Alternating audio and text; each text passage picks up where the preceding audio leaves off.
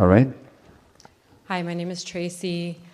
I adore your book, The Myth of Normal. Thank you. I started out, I can't recommend it highly enough, I started out as a medical anthropologist before I got into functional health and developed a program for people with therapy-resistant anxiety and all these hard-to-solve conditions like autoimmunity, Lyme, and mold, and they get better because I took what I learned from anthropology and not just the indigenous people's habits that are more aligned with our evolutionary biology and our most basic human needs, but also watching these people adopt an industrialized culture and start to become mentally ill, start to become chronically diseased, drinking Coca-Cola, becoming alcoholics.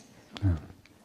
And when I've even revisited rural indigenous Mexico and Guatemala even recently, I noticed these people have this desire to be part of modernity, part of the industrialized world, and there's this tendency to want to be like, oh, but you're this cute indigenous person, go do your traditional things we can learn from and be inspired by, and stay in this little caste system in your society so that we can admire you while you're in poverty and while you're struggling with alcoholism and while you want to be part of this larger voice of humanity. You want to participate in the world, and I'm curious about your thoughts on this and how if we actually start to make the industrialized modern world be more human, how that would validate where they came from.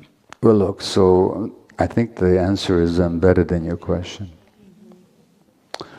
Because what you're telling me is you're not treating these people as for who they are. You're imposing your own, not you, but we are imposing our own projections onto them, rather than letting them be who they actually are. Right. And you mentioned Mexico, and Rob being an expert on obesity, the obesity problem is terrible in Mexico. Horrendous. This is a society that didn't used to have obesity, but now it's like epidemic, even more than here in the States. Yeah. And it's got all kinds of reasons.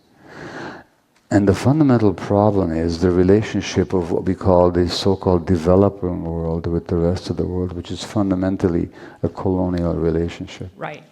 And they have colonial trauma. Yeah, and environmental toxicity. And that's been going on for hundreds of years.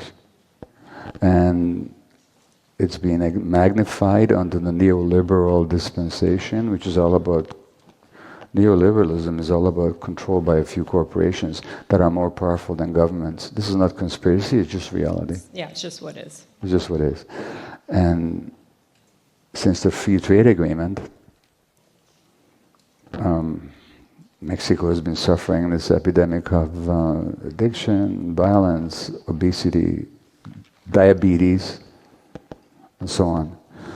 So the problem is in the very nature of the world imperial globalized capitalist system.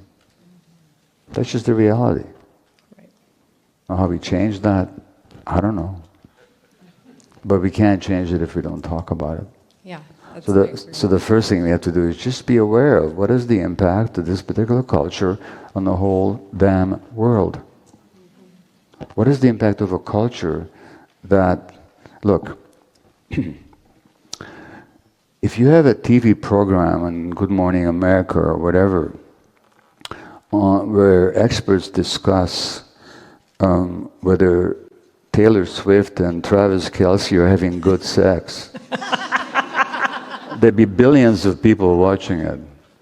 But if you had a discussion on climate change, no.